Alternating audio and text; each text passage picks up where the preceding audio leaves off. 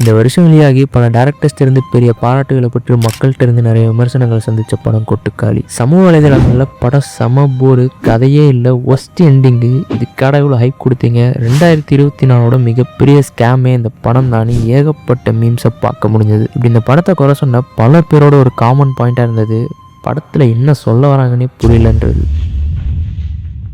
ஆனால் ஒரு விஷயம் புரியலன்னா அதை புரிஞ்சுக்க முயற்சி பண்ணுறது சரியா இல்லை அதை போட்டு அடிக்கிறது சரியாங்கிற கேள்வியே எல்லாரும் அவங்களுக்குள்ளே கேட்டுக்கிட்டா நல்லாயிருக்கும்னு நினைக்கிறேன். கொட்டுக்காளி அவுட் அண்ட் அவுட் ஒரு ஆர்ட் ஃபிலிம். இதை எல்லாரும் புரிஞ்சு ரசிக்கணும்னு நம்ம எதிர்பார்க்க முடியாது. ஆனால் இப்படி ஒரு படத்தை பார்த்து பாராட்ட நம்ம ஊர்லேயே ஆளுங்க இருப்பாங்கன்னு நம்பி இதை தமிழ் சினிமாவுக்கு கொடுத்த டேரக்டருக்கு ஹேட்ஸ் ஆஃப். ட்ரெய்லர் பார்த்தாலே அப்பட்டமாக தெரிகிற ஒரு லாஜிக்கை 2.25 மணி நேரம் படமாக எடுத்து கடைசியாக ட்விஸ்ட்டுன்னு வச்சு கொடுக்குற சினிமாக்கு இடையில ஒவ்வொரு காட்சிகளுக்கும் பல லேயர்ஸோட இன்டர்பிரிட்டேஷன்ஸோட அது படங்கிறதே நம்மளை மறக்க வைக்கிற அளவு டெக்னிக்கல் ஒர்க்ஸோட ரொம்ப உண்மையான கதாபாத்திரங்களை கொண்டு சமூகத்தோட யதார்த்த சூழலை படமாக்கின இந்த உலகத்தர படைப்பை பத்தி ஏதோ எனக்கு புரிஞ்ச அளவு அடுத்த கொஞ்ச நேரத்துக்கு பேச போறேன். துறையில நம்ம சில தலை சிறந்த டேரக்டர்ஸா பாக்குறவங்களே இந்த படத்தை ஏன் இவ்வளோ பாராட்டி பேசுறாங்கிற சின்ன கியூரியாசிட்டி இருந்தா கண்டிப்பா இது உங்களுக்கு பயன்படும் நம்புறேன். கொட்டுக்காளி தமிழ் சினிமாவுக்கு மிக முக்கியமான ஒரு படம். முதல்ல கதையோட கட்டமைப்புல இருந்து ஆரம்பிக்கலாம். பொதுவாக கதைகள் எழுதும்போது 3 ஆக்ட் ஸ்ட்ரக்சரை எழுத்தாளர்கள் பின்பற்றுறது வழக்கம். செட்டப், கான்ஃபரன்டேஷன், ரெசல்யூஷன்னு கதைக்கு காரணமாக அமைகிற விஷயங்களை இனிஷியல் செட்டப்பாகவும் அந்த செட்டப்பால் அன்ஃபோல்ட் ஆகிற சம்பவங்களை மிட் போர்ஷன்லையும் அதோட முடிவை கிளைமேக்ஸாக கொண்டு வந்து முடிப்பாங்க. ஆனால் இந்த படத்தில் இந்த ஃபார்முலாவே உடைச்சு வெறும் கான்ஃபரன்டேஷனை வச்சு மட்டுமே நமக்கு செட்டப் என்னவா இருக்குன்றதை காட்டியிருப்பாங்க. ஒவ்வொருத்தரும் நடந்துக்கிற விதத்திலையும் பேசுகிற பேச்சிலையுமே எந்த மாதிரியான பிரச்சனை இதுக்கு முன்னாடி நடந்திருக்குங்கிறத நம்மளால கற்பனை பண்ணி பார்க்க முடியும். படம் முழுக்க தொண்டெல்லாம் புண்பட்ட மாதிரி குரலே வராம பாண்டி பேசுறதுலயே அந்த பொண்ணு காதலிக்கிறது தெரிஞ்சதும் அவன் எந்த அளவு கத்தி ஆர்ப்பாட்டம் பண்ணிருப்பாங்கிறத நம்ம புரிஞ்சுக்கலாம். இதுக்கு வலு சேர்க்கிற விதமா தான் அந்த பாட்டு பாடுற காட்சி அமைஞ்சிருக்கும். அந்த பொண்ணு பாட்டு பாடினதுக்கே அவ்வளோ கொந்தளிச்ச பாண்டி இதை முறை கேட்கல எப்படி வெடிச்சிருப்பாங்கிறத சொல்லி தெரிய தேவையில்லை. அண்ட் முக்கியமா படத்தோட முடிவுல கிளியர் எண்டிங்கை கொடுக்காது பலரையும் குழப்பத்தில் விட்டுருச்சு. அதை பத்தி தெளிவா அப்புறம் பேசுவோம். இப்போ இந்த கதையில வர கதாபாத்திரங்களை பத்தி பேசுவோம். இந்த படமே ஒரு ஸ்கிரிப்ட் எழுதி செட்டு போட்டு நடிகர்கள்லாம் நடிச்சிருக்காங்கிறத தாண்டி நம்ம நாட்டில் இருக்கிற ஏதோ ஒரு கிராமத்தில் வாழ்ந்துட்டு இருக்கிற குடும்பத்துக்கு நிஜமாவே நடந்துட்டு இருக்கிற ஒரு பிரச்சனைக்குள்ள நம்மளை இறக்கி விட்ட மாதிரி தான் இருக்கும். அதுக்கேற்ற போலவே இந்த படத்தில் வர யாரையும் சிம்பிளா நல்லவங்க கெட்டவங்கலாம் பிரிச்சிட முடியாது. ஒவ்வொரு கதாபாத்திரம் பின்னாடி ஒரு நியாயமும் அவங்க செயல்கள் பின்னாடி சரியான காரணமும் இருக்கும். சரி தப்புங்கிறதெல்லாம் எவ்வளோ சப்ஜெக்டிவானதுங்கிறத இந்த படத்தை வெவ்வேறு வயதினரோட உட்காந்து பார்த்தாலே புரியும். வயசை தாண்டி ஒருத்தங்க வளர்ந்த இடம், பழகின நண்பர்கள்னு ஒவ்வொன்றையும் பொறுத்து இந்த கதாபாத்திரங்களை ஒருத்தங்க பார்க்குற கோணமே மாறும். மேலோட்டமாக பார்க்கல காதலிச்சதை ஒரு குத்தோன்னு அந்த குடும்பமே அந்த பொண்ணை போட்டு அப்படி குடும்பப்படுத்துதுன்னு நமக்கு தோணி பாண்டி கேரக்டர் மேல நமக்கு வெறுப்பு வரலாம். ஆனா ஒரு நிமிஷம் அவனோட பக்கத்துல இருந்து கதையை பார்த்தோம்னா சின்ன வயசுல இருந்தே அவன் தான் குடும்பத்தோட சிறந்த ஆம்பளங்கிற எண்ணத்தை அவனை சுத்தி இருக்கிறவங்க அவனுக்குள்ள புகுத்தி வளர்த்திருப்பாங்க. பத்தாவதுக்கு அந்த பொண்ணு உனக்கு தானே விவரம் தெரிஞ்சதுல இருந்தே சொல்லி கொடுத்தனால அவனை பொறுத்தளவு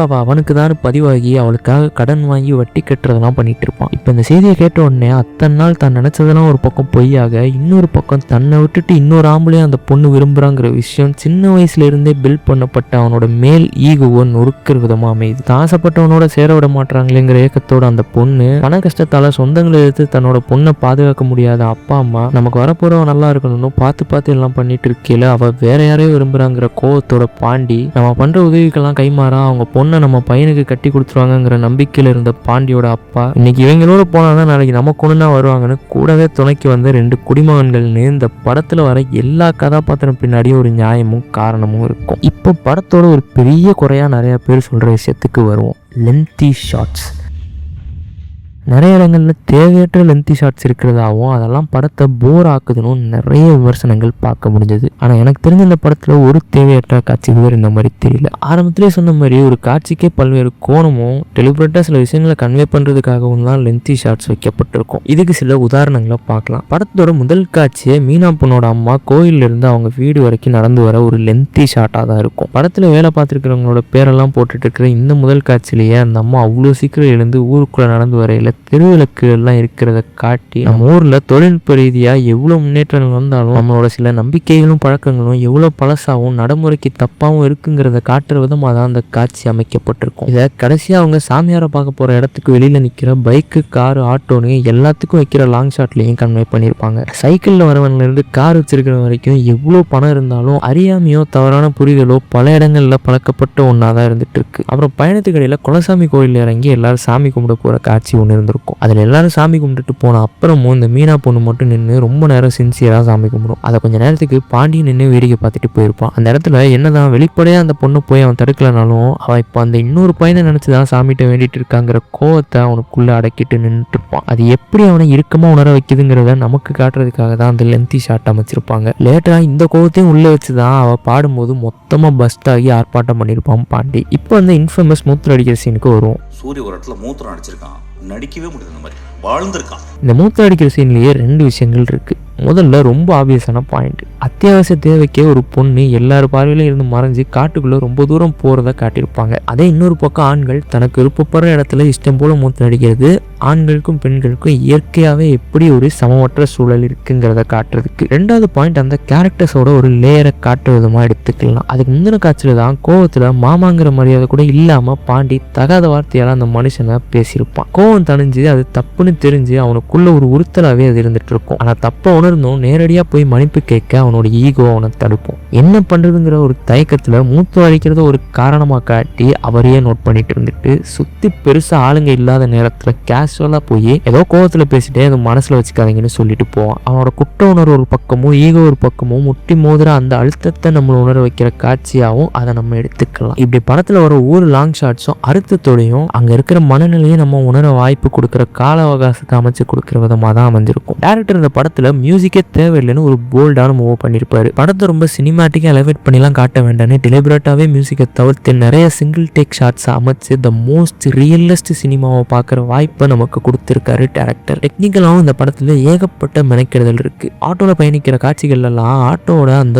குலுங்கல் சத்தத்தோட ஆடியோ ரியலிஸ்டிக்காக இருக்கணுங்கிறதுக்காக லைவாகவே சவுண்ட் ரெக்கார்டிங்கும் பண்ணியிருக்காங்க. என்னதான் நாய்ஸ் கேன்சலேஷன் டெக்னாலஜிலாம் இருந்தாலும் எல்லாரும் பேசுகிறதையும் தெளிவாக பதிவு பண்ணி அளவாக அந்த ஆட்டோவோட சவுண்டையும் கேப்சர் பண்ணுறதுக்கெல்லாம் எவ்வளோ மெனக்கெடுதல் போயிருக்கணும் பிரமிக்க வைக்குது. பாண்டி கண்ணில் பூச்சி விழுந்து அதை நாக்காலே எடுக்கிற காட்சியெல்லாம் நெஜ பூச்சி வச்சு தான் எடுத்திருக்காங்க. அந்த ஷாட்லாம் எப்படி எடுத்தான்னே தெரில. படத்தில் யாரும் நடிக்கிறது தெரிஞ்சிடக்கூடாதுங்கிறதுக்காகவே சூரி ஆனாபனை தவிர்த்து படத்தில் இருக்கிற எல்லாரையும் டேரக்டர் அவரோட சொந்தக்காரங்களை வச்சே நிரப்பியிருக்காரு. ஆனால் படத்தில் இருந்த அந்த 2 நடிகர்களுமே சுற்றி இருக்கிறவங்களோட இணைஞ்சு ரொம்ப யதார்த்த நடிப்பை வெளிப்படுத்தியிருந்தாங்க. சூரியலாம் அந்த கேரக்டர் பண்ணுறதுக்காக வலுக்கட்டாயமாக தன்னோட குரல் அப்படி மாறும்படி ட்ரெயின் பண்ணாருன்னு கேள்விப்பட்டேன். இதை தாண்டி படத்தில் இயற்கையை ரொம்ப அழகாக கையாண்டிருப்பாங்க. செட்டுக்குன்னு தனியாக ப்ராப்ஸ் ஏற்படுத்தாமல் சுற்றி இருக்கிற இயற்கையவே ப்ராப்ஸாக பயன்படுத்தியிருக்காங்க. இதுக்கு உதாரணமாக படத்திலேயே என்னோட 2 ஃபேவரட் சீன்ஸை சொல்லுவேன். அந்த பொண்ணு பாடினதை கேட்டு பொங்கி எழுந்த பாண்டி எல்லாரையும் போட்டு அடித்து ஒரு பெரிய ஆர்ப்பாட்டமே நடந்துட்டு இருக்கும். அந்த மொத்த காட்சியுமே நமக்கு கதாபாத்திரங்களுக்கு ரொம்ப க்ளோஸாக வச்சு தான் காட்டியிருப்பாங்க. ஒரு மாதிரி பதட்டமான கலவர சூழலை உணர முடியும். ஒரு 5 நிமிஷத்துக்கு கத்தி ஆர்ப்பாட்டம் பண்ணி குடும்பமே பதறி போன அந்த சீன் முடியல ஒரு லாங் ஃப்ரேம் வைப்பாங்க. கீழே ஒரு நதி அமைதியாக போயிட்டு இருக்கும். இவங்க எல்லா கூச்சலும் போட்டு முடிச்சு அந்த இடத்த விட்டு கிளம்புன அப்புறமும் அது அப்படியே போயிட்டு இருக்கும். மனுஷன் தோன்றின காலத்திலிருந்து இப்படி எத்தனையோ தலைமுறைகளில் எவ்வளவோ கலவரங்களை பார்த்த அந்த நதி அது போக்கில் அது போயிட்டே தான் இருக்கும். இம்மாதிரி உலகத்தில் தம்மா துண்டு பிரச்சனைகள்லாம் அடிச்சுக்கிற மனுஷ வாழ்க்கையோட இன்சிக்னிஃபிகன்ஸை காட்டுற அழகான காட்சி அது. அப்புறம் அந்த காலமாடு சீன். இவங்க பாதையை குறுக்கிட்டு ஒரு காலமாடு நிற்கும். படம் முழுக்கவே அவ்வளோ நேரம் சுற்றி இருக்கிறவங்கலாம் பாண்டியோட வீரத்தை பற்றி புகழாரம் பாடுறத கேட்டிருப்போம். அவன் கோவப்பட்டா போய் தாங்கிறது, கத்துனா பயப்படுறது, அடிச்சா கூட வாங்கிக்கிறதுன்னு அவன் தான்ப்பா இங்கே பெரிய ஆளுங்கிற ஒரு எண்ணத்தை நமக்கு அழுத்தமாக காட்டியிருப்பாங்க. இதனாலேயே அந்த காலமாடு வழியை மறைக்கிற முதலா பாண்டி தான் வந்து அதை ஏதாச்சும் பண்ணுவான்னு நமக்குள்ள ஒரு எதிர்பார்ப்பு இருக்கும். ஆனா அவ்வளோ நேரம் வீரத்தை காட்டின நம்ம ஆளு கேஷுவலா ஆட்டோ ஓட்டுனாப்லேயே இருந்துட்டு மற்றவங்களையே விடுறது, சரின்னு ஒருத்தன் பக்கத்துல வரைக்கும் போயிட்டு அது மொழியே சரியில்லைன்னு பேக் அடிக்கிறது, கூட்டத்திலே பெரிய மனுஷன் அட என்னடா சின்ன புள்ளத்தனமா பண்ணிட்டு இருக்கீங்கன்னு வீரவசனம்லாம் பேசிட்டு போக காலை 2 அடி முன்னாடி வந்ததும் போன வேகத்திலே ஓடி வருதுன்னு அங்க இருக்கிற அவங்களோட வெட்டி வீராப்பையும் இயலாமையும் போட்டு உடைக்கிற காட்சி அதாவது அமைஞ்சிருக்கும். இவங்கெல்லாம் என்ன பண்றதுன்னே தெரியாம முடிச்சிட்டு இருக்கல அவ்வளோ பெரிய காளையோட திமில்ல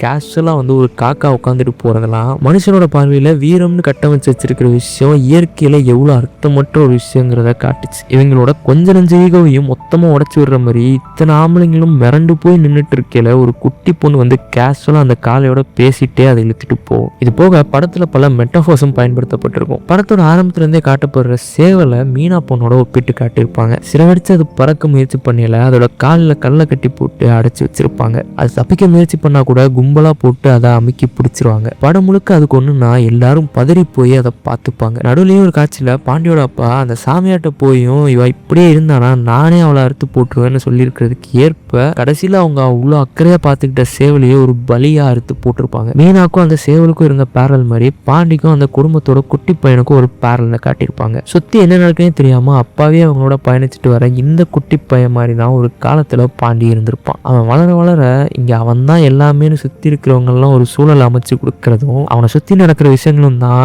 அவன் நாளைக்கு ஒரு பாண்டியா மாற காரணமா அமையும். இதை தெளிவா புரிஞ்சுக்கிட்டனாலதான் அவ்வளோ பெரிய ரணகலத்திலையும் ஆட்டோக்குள்ள வந்து அந்த பையனை பார்த்து மீனா சிரிச்சு இதெல்லாம் சும்மாதான்ப்பான்னு சொல்லாம சொன்னது அவனோட மனசுல இதெல்லாம் ஆழமா பதியாம இருக்கிறத தடுத்திருக்கும். சரி, படத்தை பத்தி நிறைய பேசிட்டோம். இப்ப இந்த படத்திலேயே அதிக அளவு விமர்சனத்துக்குள்ளாக்கப்பட்ட கிளைமேக்ஸ் பத்தி பார்ப்போம். எல்லா தரப்புல இருந்தும் குடும்பமா பொண்ணுங்களுக்கு இருக்கிற ஏதோ ஒரு உளவியல் ரீதியான பிரச்சனைக்கு பேய காரணமா காட்டி பேய ஓட்டுறதுக்காக கூட்டிட்டு வந்திருப்பாங்க அந்த இடத்துக்கு. இங்க போனா பிரச்சனை சரியாகும்னு எல்லாரும் சொன்னதை நம்பி வந்த பாண்டி அவங்களுக்கு முன்னாடி இதுக்காக வந்த குடும்பத்துக்கு நடக்கிற சடங்குகளை பார்ப்பான். ஆனா அதை பார்க்கலையே அதை எவ்வளவு தப்பா இருக்குங்கிறத அவனால உணர முடியும். கிட்டத்தட்ட 5-10 நிமிஷத்துக்கு அந்த சாமியார் அவங்க குடும்பம் முன்னாடியே அந்த பொண்ணை கையாளுற விதம் நமக்கு ஒரு விதமான அசௌகரியத்தை ஏற்படுத்தும். இதுல குறிப்பிடத்தக்க விஷயமே அதுல காட்டின விஷயங்கள்லாம் நிஜத்தில் நடக்கிற விஷயங்களை ஒப்பிடல ஒண்ணுமே இல்லைன்னு தான் அதை நேரில் பார்த்த என் நண்பர் ஒருத்தர் சொல்லி கேட்டேன். டேரக்டரும் அதை தான் சொல்லியிருப்பாரு. அளவுக்கு அதிகமான வன்முறையும் முகசொலிக்க வைக்கிற மாதிரி கொடூர காட்சிகளையும் தவிர்த்து யாரு பார்த்தாலுமே ஒரு அசௌகரியத்தை ஏற்படுத்துற மாதிரியான காட்சியா அது அமைஞ்சிருக்கும். இதை பார்த்துட்டே இருந்த பாண்டி நம்மள மாதிரியே அங்க என்ன நடக்குன்னு ப்ராசஸ் பண்ண கஷ்டப்பட்டு அதை பார்த்துட்டு இருப்போம். அப்போதான் படமே பாண்டியோட பிஓவியா மாற